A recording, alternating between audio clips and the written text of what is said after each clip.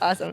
So today, as a guest on the Startup Revolution, I have Zoltan A, so B2B sales expert, so startup founder. We're going to share more about that, and author of the book The Launch Code that has been here present on Podium. You've been signing some books, doing some sales, but welcome to Startup Revolution. Great. It's great to be here. It's great to be back in Podium. I've been here, I think this is my 5th straight year, so it's nice to see old friends and old faces. Awesome. I bet. It's amazing. For me, it's first time visiting Podium, so it's been a great experience. Yeah, it's one of my favorite conferences. I speak regularly at conferences in startup and innovation across Europe, and this is one of the best, most well-organized, and I think it strikes a good balance between business and the personal side of business, which I think is equally as important.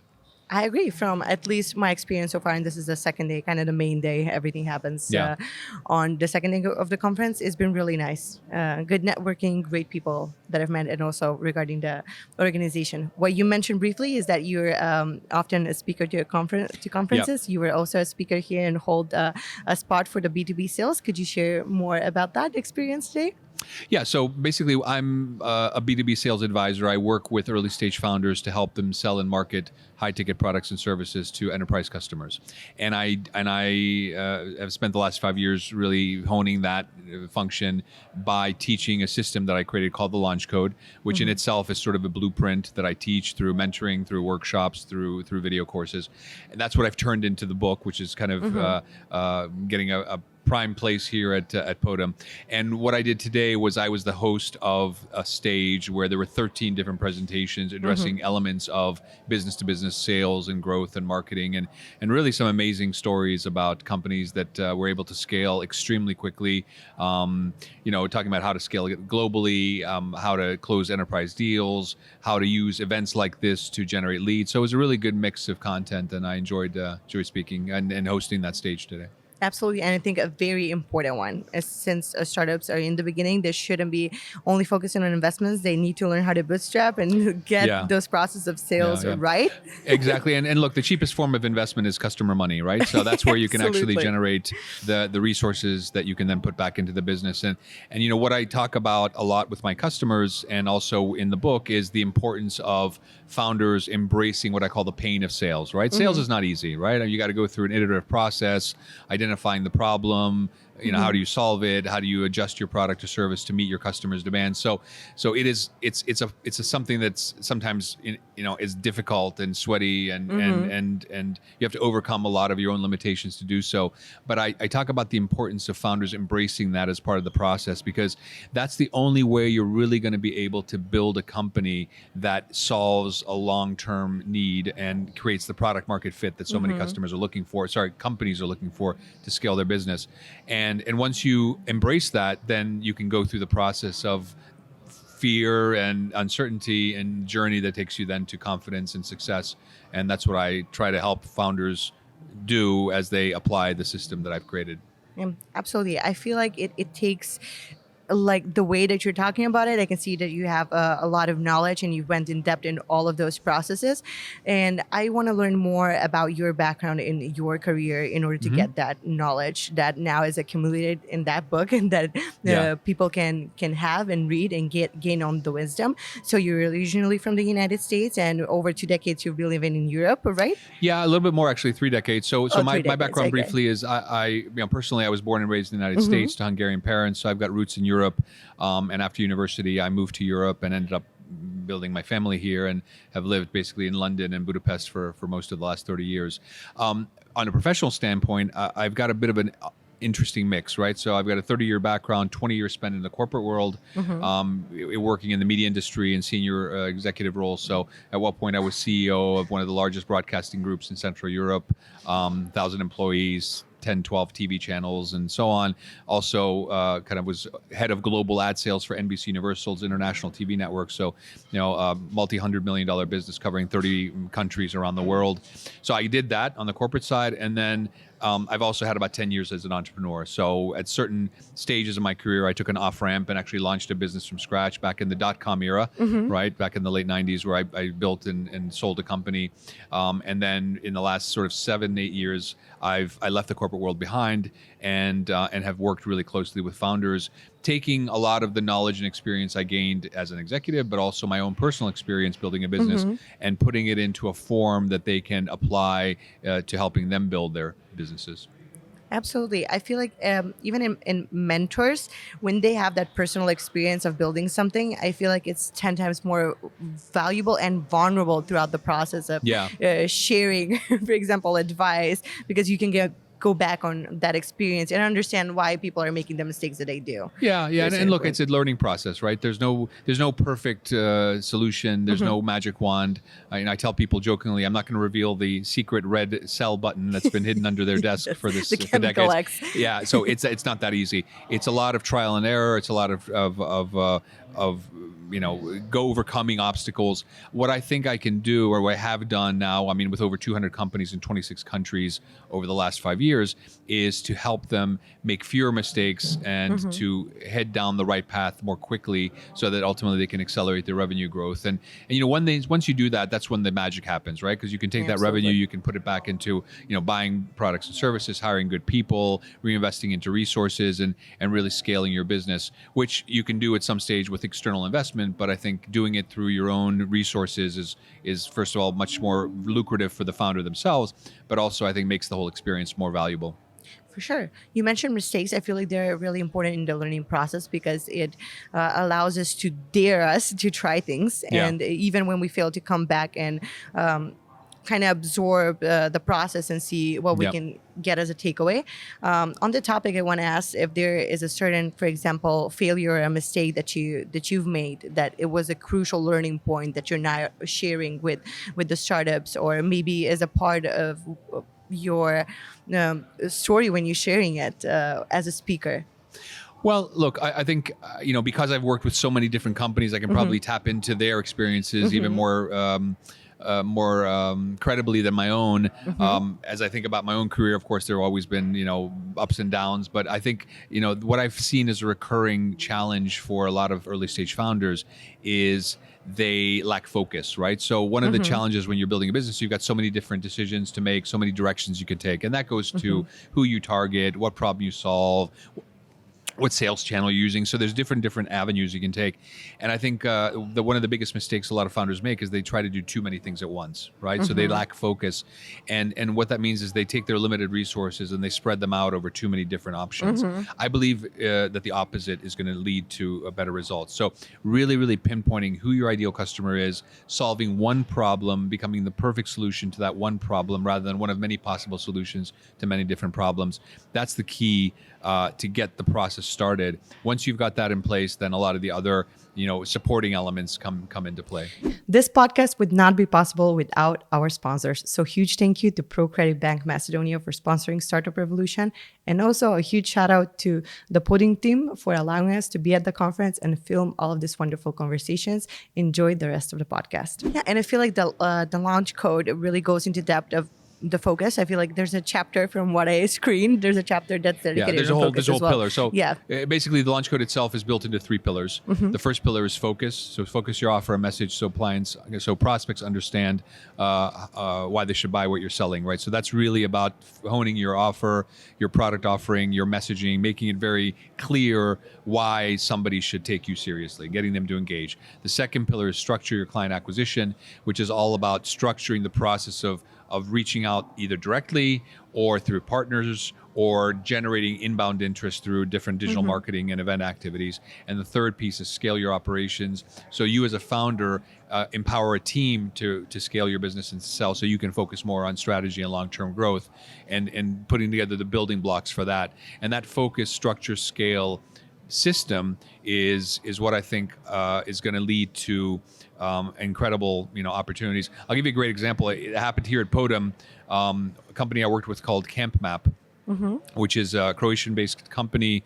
Very simple. They had a SaaS, software as a service tool, that basically enabled campground operators to create a map of their facilities for the benefit of their guests. And I had worked with the founder, Simon Neal, a British guy actually living in Croatia, and he was struggling. Right, he had 3 months worth of runway left. He had a very difficult road ahead, and we started working together. He started putting the principles of the launch code to work, and some really amazing things happened. happened. All of a sudden, he was breaking through walls he had been coming up against. He had a very clear offer.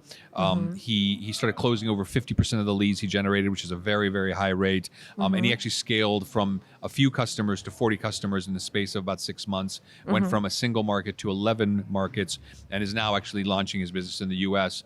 And it's a great example of if you just do the right things, at the right time for a long enough time, you'll start seeing results and deliver, the type of growth that every founder dreams of. Absolutely. And I feel like you need to be very open to the process of learning. I feel like sometimes founders get stuck that they need to know everything and get everything done. And they kind of don't allow themselves to ask for help and to put the cap that the students now and they need to learn certain things, or at least get someone in the company who can mentor someone that's in the founding team that could do the sales better. And regarding that, what do you think that is key in order to get to the point to be open to ask for help? Well, I think there's a bit of a personality question there, right? Are you the type of person that's open to external insights? There's also, I think you have to fall down long enough and enough times that you realize maybe you can't do it yourself, right? So it's just that thing. And by the way, I have this conversation so many times with company founders as I'm talking to them about how I can help them. And I can immediately spot if somebody is open to external insights or not. Sometimes I feel like, I say to myself, these guys haven't failed long enough yet to know that they need help. What I would say is this, that as a founder, it's really important that you have a very strong vision for the company. How you get there, though, is going to be a function of so many different elements. And what an external eye can do, whether they're a mentor, or a coach, or a senior executive, is just get you there faster, right? So it's not necessarily that you won't get there. It's just you're going to spend a lot of time and effort and exude a lot of money, potentially burn a lot of money in the process of getting there. And what I try to do is to present what I offer not as some sort of overnight quick, fix for every problem in the world, but a very systematic, clear, follow the process type of approach that is going to ultimately deliver, great results. And I think the numbers speak for themselves. I mean, one of the companies I'm very proud of, a company originally out of Romania, or Romanian founders, but UK based, called Dexery. They're a company in the logistics space. They actually offer a solution for big warehouse managers and operators to scan their internal inventory and warehouse level with an automated robot that kind of scans it and provides a real picture of their inventory. When I started working with them, it was in the midst of COVID. They just pivoted from the retail sector. We worked with them on clarifying their offer, focusing on the right type of customers, scaling their sales, and they went from a few $100,000 of revenue to 10 million of ARR in the space of 3 years. Again, just by applying these principles to their business. And I think when you see that type of growth, you see that everything's possible. It's just a matter of putting in the work. Thank you for sharing that example. Now, as you mentioned that, I would like to ask you, how does the mentoring process start with you? How does that journey begin? Is there an initial meeting? Do you go through all the data at certain startups to kind of do your own research? Or how does the whole process go? Well, I kind of work with two different levels of founders. So the early stage founders, or call them startup founders, are the folks that have a product. They've got some sort of presence in the market, but they really haven't found product market fit, right? So they haven't really found the way to scale. For those type of founders, I offer the launch code as a system that they can access the content through kind of a video portal, and they get a lot of the different modules and the worksheets and all of the tools they need through that. And then they can supplement that with mentoring program with me, whether it's, a 5-hour mentoring program or I actually do the whole system with them. They can then use me and tap into my knowledge so I can help them apply those principles to their business. That's kind of the one type of product I offer. The other is for more advanced founders. Those are folks who are close to or have found product market fit, maybe have a sales team in place, and they are looking to then get to the next level, to grow to a next level. And whereas the first group is mostly founder-led, the second group already has some sort of senior sales leadership, and the founder really has to have the tools in place to scale the sales as an executive rather than as a doer, and also probably overcome a couple of organizational challenges they face. And for those type of founders, I normally work on a 6 to 12 month basis on a monthly kind of ongoing relationship, and we'll do these mentoring sessions where we'll try to have 3 or 4 goals we want to reach together over the period of a time, and then we'll work on those on a weekly basis to get them there. Okay. And you have scheduled meetings for them. You Yeah, follow scheduled certain meetings. Yeah, the cadence varies. Some founders like to do an hour a week. Some of them say, let's do 2-hour blocks. Some of them say, let's do everything half a day in a month. I like the consistency of at least every 2 weeks because I think it gives you that momentum you need. Because the reality is, look, I think a lot of the things that you need to do, you need to do, but you don't necessarily have the time or don't necessarily have that mindset of, okay, I got to get it done. Yeah. When you work with someone like me, it's almost like having a teacher that makes sure you turns in your homework, right? It's like you've got someone somebody that holds you there. accountable for the process. You serve accountability, and not because I'm their father or anything, but just because, look, obviously they paid me for my services, they made a commitment, and I'm making sure they get value for their money. And I think that's a big value that working with somebody like me can be, is that it gives you that sort of consistency and accountability that you need to move things forward. Great. I love that. And I feel like with that approach, I feel like you made some certain very valuable transformations in the businesses, also internally, but externally with all the sales. And look, I'll be very honest with you. Look, I'm at my stage of my career. I've been again in business for 30 years. I've been a successful corporate executive. I could be doing that until I retire, but I made a concerted decision to not do that. And by making that decision, a primary motivation for me was to help others achieve the desired outcome that they had set out to do. And if I can help early stage founders go through that process more quickly and become more successful in building their businesses, I'm leaving a legacy that's not just about hitting another corporate revenue target, but helping somebody realize the dream of building a long-term sustainable business. And I think that's a great thing. Absolutely, and I think that's wonderful. It feels almost like a mission. Yeah, you could call it a mission. Yeah, I haven't written it on my wall or anything, but I think it's something that drives my work with founders for sure. Absolutely. And I wanted to ask you, what is one of the biggest misconceptions about B2B sales? Biggest misconceptions. Yes.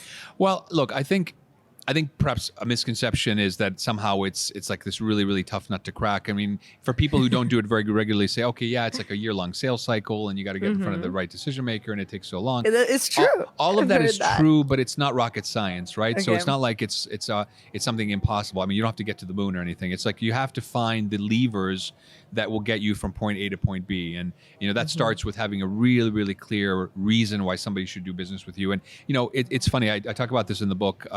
There's a lot of stories in the book, and one of the stories I tell is I was at an event. It was in Budapest, and it was one of these big startup events there, and at the end, during the kind of the cocktail time, somebody comes up to me.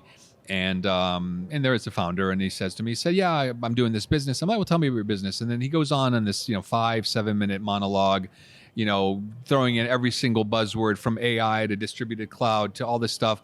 And you sit there after 5 minutes, and I asked him, I said, look, I don't want to be rude, but I genuinely don't understand what your business does, right? And he says, oh, it doesn't matter because we're going to be selling to 5 different industries and 5 different things. And I just thought to myself, classic example of, you might have the greatest network and the greatest solution to everything, but if you can't explain to me in a single sentence why I should buy what you're selling, then everything else is indifferent, Absolutely. Right? So just having that clear, high impact message, that value proposition, there's a 5-step process that I explained in the book about how do you create a single sentence that tells you what problem you solve, who you solve it for, why you're better than the competition. Just by having that already puts you ahead of the game. And so, again, selling isn't rocket science. It's just following the rules of communication and clarity, and then consistently applying these over the course of time is going to deliver, great results. And I feel like it's something that it could be learned. Absolutely. It doesn't mean that you have to be a good I learned speaker. it as well. Look, I'm the son of 2 professors, right? So I didn't grow up in a household where commercial negotiations were part of dinner conversation. We talked about politics and history and all that stuff. So I'm not the product of some, big commercially powerful family. I've got a good head on my shoulders, and I've got a commitment to getting things done. But frankly, everything I teach in the book, I had to learn myself through some combination of reading a lot of books and on-the-job training and having a couple of mentors during my career that they were able to teach me some basic principles that I'm now passing along to the next generation of executives. Absolutely. Thank you so much for sharing this. Thank you Absolutely. for all the examples that you shared with us. Is there anything that I missed that you probably want to share with anyone watching? These conversations are great. Obviously, if anybody feels like after this conversation they want to learn more, right now, because the book is a big focus of my communication. So here it is. Here's the book. If anybody's interested in learning about this, there's an opportunity to get the first chapter for free. So if they go to my website, which is zoltanvardy.com, ZOLTANVARDY.com/book, then they'll go to a page where they can sign up and they get a free first chapter, and they can decide afterwards if they want to buy the book on Amazon, either in ebook format or standard book format. Amazing. And where can they find you? Well, they can find me on LinkedIn. I'm still to this day the only Zoltan Vardy on LinkedIn, so you can find me there. And obviously, I've got a website, zoltanvardy.com, where there's all sorts of information about me and the services I provide. And I'm happy to have conversations with founders who are committed to really building a long-term sustainable business. Thank you so much for being our guest, for taking the time to share your experience, your knowledge, but also some good examples of your work. It was really insightful for me to hear your experience and your knowledge, and I'm definitely looking into the book more, since I already screened that right now, because this conversation kind of motivated me to research more and to kind of see the methodology and all the pillars that you have in the book. So I'll be definitely checking that out. And at the end, I just want to ask, as a word of encouragement for anyone that's listening the podcast, why should they consume content like this, such as Startup Revolution, maybe other podcasts, books, and stuff like that? Could you? I think the danger of doing things sort of without external input is that you are in an echo chamber, right? So you constantly hear the same things over and over again, and you kind of play these in your mind. When you're exposed to conversations like this, when you read articles, when you watch videos, you just get that spark of inspiration that might just change your thinking about certain things. And that doesn't mean it's the perfect solution to whatever you're looking for. It doesn't mean it's going to change everything overnight. But I think just like any learning and education in general, the more input you have from different sources, the more you can become a critical thinker and make judgments about what to do and what not to do. And I think that's a really valuable solution that, frankly, even AI is not going to change. Just knowing the right questions to ask and putting yourself and your thinking to work is going to have a massive impact on whatever you do, including building a business. Absolutely. I agree with you. Thank you so much. Absolutely. It was my pleasure. Thank you. My pleasure as well. Startup Club Skopje, subscribe and hit the bell icon, all, and now $5. we can watch videos. Yeah.